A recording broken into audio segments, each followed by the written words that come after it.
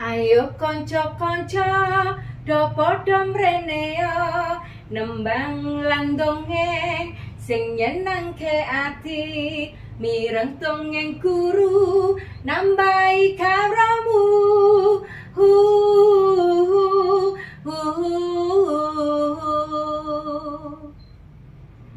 bocah-bocah dina iki Bundaria arep dongeng kanthi irah-irahan wedhus putih lan pitik jago. Ana ing sapinggire desa ing wayah subuh godhong ijo royo-royo katon ngawe-awe kena sumilire angin esuk mau. Wedhus putih katon sedih banget. Ana ing sacedhake ana pitik jago kang duweni sum apik banget. Wedhus putih, kene apa? Kowe katon sedih banget. Iya, aku sedih. Aku pengen duweni sumu kaya kowe, pitik jago. Lo. Kene. Cupukan sumuku. Tancepno ana sirahmu. Kersaning Gusti Allah banjur sumu mau wis nemplok ana ing sirahe wedhus putih. Wedhus putih katon seneng, bungah banget. Pitik jago, matur nuwun banget. Kowe pancen kancaku sing apik. Iya. Nanging sesuk aja lali balekno sumuku ya. Wektune kaya saiki. Sesuk-esuk wayah subuh. Iya, matur nuwun. Banjur wedhus putih bungah lan mlaku-mlaku ana ing sapinggire desa mau. Nah, kepriye dongenge sateruse?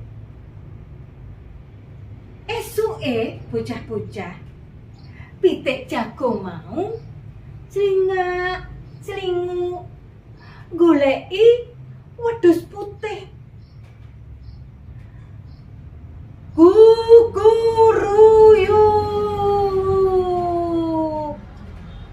endi sumuku? Sapa kaduwan wedhus putih mangsuli.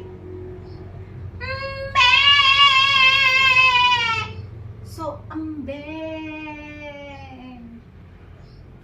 Wedhus putih kepengin isih nganggo sumune mau bocah-bocah. Pitik jago tetep mengoki maneh. Guguruyuk.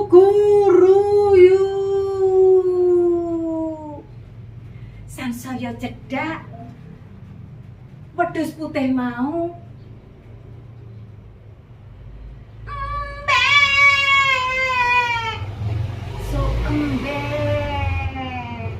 jawabe.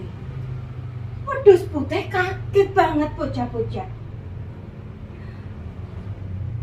Pitik jago mau ana ing sirahe metu cengger abang sing apik, endah banget.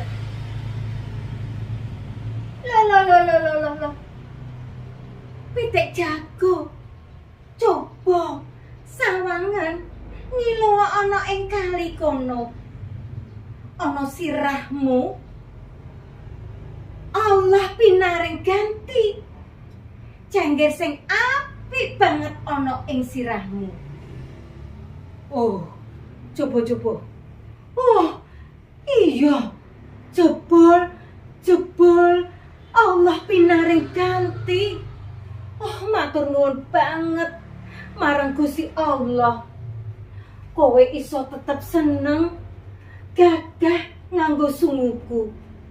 Lan aku diganti nganggo cengger sing abang apik banget iki. Nah, mengkono dongenge bocah-bocah. Pitik jago lan wedhus putih syukur dumateng Allah. Bocah-bocah, muga-muga bisa kaya pitik jago kang ikhlas bantu koncone. Matur nuwun sanget, dongeng wis rampung. Muga-muga manfaat. Wassalamualaikum warahmatullahi wabarakatuh.